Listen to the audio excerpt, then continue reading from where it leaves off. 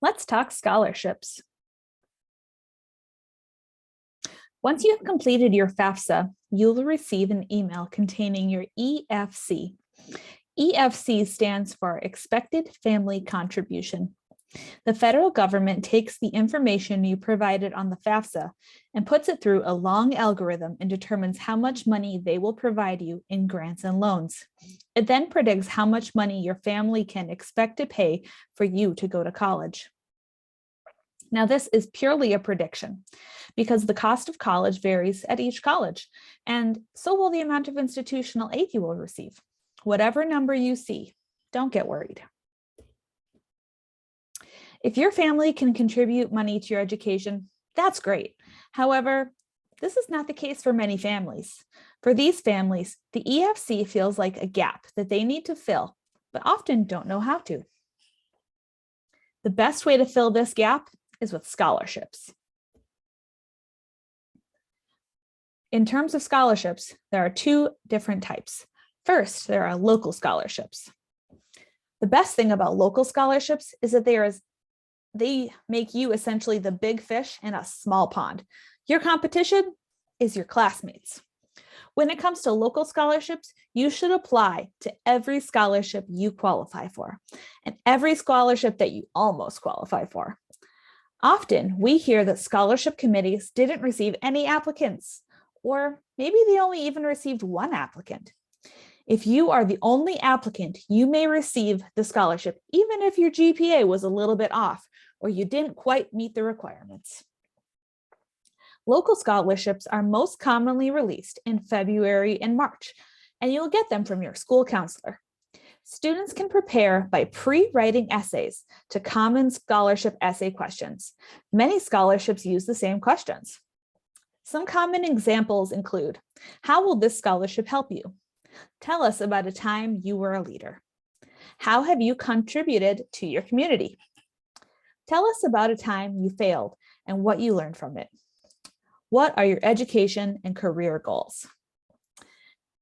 This is the only time it's okay to have a generic essay and have them pre-written before your essays are due. And then what you do is you take those essays and you tweak and update them for specific scholarships. Just make sure you never send an essay to one organization with another organization's information in it. Second, there are tons of national scholarships available for you to apply to. You can use websites like scholarships.com or fastweb.com. You can find more options on our website, qnatrio.org.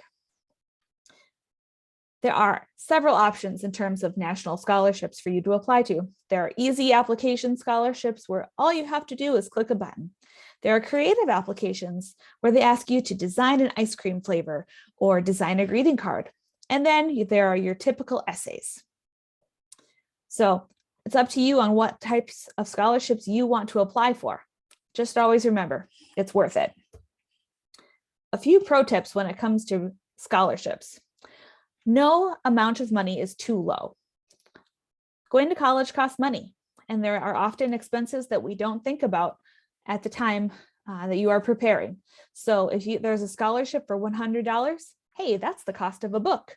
It's definitely worth it to apply. Yes, it is worth the time and effort to apply. If you get a scholarship for $100 or $500 or $1,000, you know what? And you maybe spend an hour or two working on those essays. I've never spent an hour or two and then gotten paid $100 for my time, or $500 or $1,000. So if you get the payoff for those scholarships of $500, you definitely earn that money in spades. And finally, have someone edit your essays. It's really easy to believe that your scholarship essay is ready to go out because you've spent the time on it. However, it's good to have a teacher, a counselor, or your TRIO advisor or coordinator take a look at it before you send it out. Remember, TRIO is here to assist you. Happy November.